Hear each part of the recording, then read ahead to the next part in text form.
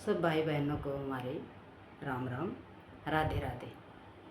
तो ये भागवत महात्म्य का पाठ है। भक्ति के दो बालक हैं, ज्ञान और वैराग्य।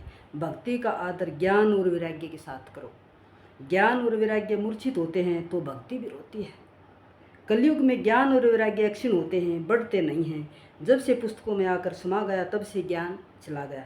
नाथ जी कहते हैं कि ज्ञान और वैराग्य को मूर्छा क्यों आई है, यह मैं जानता हूँ। इस कलिकाल में जगत में अधर्म बढ़ गया है, इसी से इनको मूर्छा आई है। इस वृंदावन की प्रेम भूमि में तुमको पुष्टि मिली है। कलयुग में ज्ञान और वैराग्य की उपेक्षा होती है, अतः वे निरुत्साहित होकर वृद्ध और जीर्ण हो गए हैं।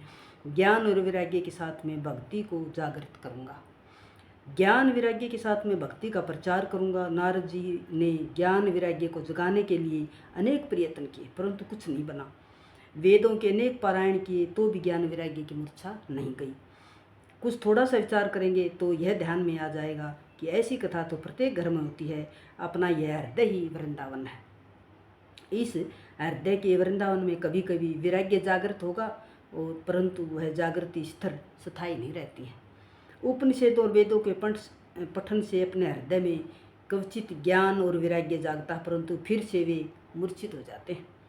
वेद के पारायण से वैराग्य तो आता है, परंतु अस्थायी नहीं रहता। शमशान भूमि में जब चिता जल रही होती है तो उसे देखकर कई व्यक्तियों को वैराग्य आता है, परंतु वह वैराग्य टिकाऊ नहीं होता। काम सुख को भोग लेने के बाद भी बहुतों को वैराग्य आता है।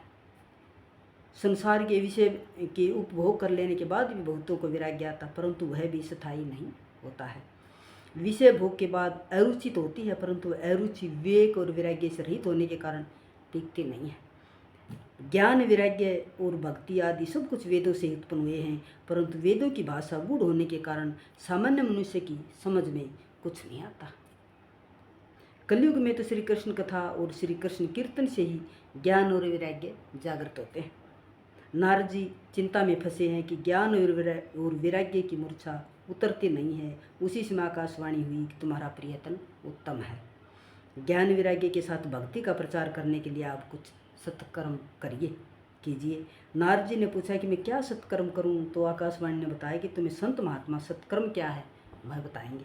नारद जी अनेक साधु संतों से पूछते हैं कि ज्ञान वैराग्य सहित भक्ति को पुष्टि मिले ऐसा कोई उपाय बताएं, परंतु निश्चित उपाय कोई भी नहीं बता सका। तो नारद जी चिंता में पड़ गए। वे सोचने लगे कि निश्चित उपाय बतलाने वाले संत मुझे कहाँ मिलेंगे और वे क्या साधन बताएंगे। ऐसा विचार करते करते नारद जी घूमते फिरते बद्रिका आश्रम में आए। वहाँ सनकादि मुनियों के साथ उनका मिलन हुआ। नारद जी ने संत कुमारों को यह सारी कथा सुनाई। नारद जी कहते हैं कि मैंने जिस देश में जन्म लिया है उसी देश के लिए यदि उपयोगी न बन सकूँ तो मेरा जीवन व्यर्थ है। आप बताएं कि मैं क्या सत्कर्म करूँ। सनकादि मुनि कहते हैं कि देश के दुख से तुम दुखी हो, तुम्हारी भावना दिव्य है, भक्ति का प्रचार करने की तुम्हारी इच्छा है, आप भागवत ज्ञान मार्ग का पारायण कीजिए, तुम्हारी इच्छा पूर्ण होगी। तुम भागवत ज्ञान यज्ञ करो और भागवत का प्रचार करो, इसी से लोगों का कल्याण होगा। इस कथा से ज्ञान और वैराग्य की जागृति होगी। श्री भागवत की कथा ज्ञान, भक्ति और वैराग्य को बढ़ाने वाली है। वेदों का पारायण करना अच्छा है, उससे आपकी इच्छा पूर्ण होगी, परंतु वेदों के अर्थ जल्दी समझ में नहीं आ सकते। इसलिए सर्व वेदों के सारूप इस भागवत का ज्ञान याग करो। श्री भागवत कथा का अमृतपान करने के लिए वहाँ से गंगा के किनारे पर गए। शुद्ध भूमि में सात्विक भाग जागते हैं। भूमि का प्रभाव सूक्ष्म रीति से मन पर अवश्य पड़ता है। भोग भूमि भक्ति में बाधक है। श्री गंगा जी का तट ज्ञान भूमि है, अतः आज्ञा की कि गंगा किनारे चलो। श्री नारद जी ने संत कुमारों के साथ आनंद वन में आए हैं। सनत कुमार श्री व्यास आश्रम में आए हैं। नारद जी हाथ जोड़े बैठे हैं। वहाँ ऋषि मुनि भी श्री भागवत कथा का पान करने आए हैं। जो नहीं आए थे उन सभी के घर भृगु ऋषि जाते हैं और विनीत भाव से वंदन करके उनको कथा में ले आते हैं। सत्कर्म में दूसरों को प्रेरणा दे, उसे भी पुण्य मिलता है। कथा के आरंभ में भगवान का जय जयकार करते हैं और हरे नमः का शुद्ध आचार करते हैं। यह हरे नमः महामंत्र है। सारी प्रवृत्तियों को छोड़कर मनुष्य ध्यान में बैठता है, वहाँ भी माया विघ्न करती है। अनादिकाल से मनुष्य का माया के साथ युद्ध होता आया है। जीव ईश्वर के पास जाता है तो माया को यह अप्रिय लगता है, अच्छा नहीं लगता माया को।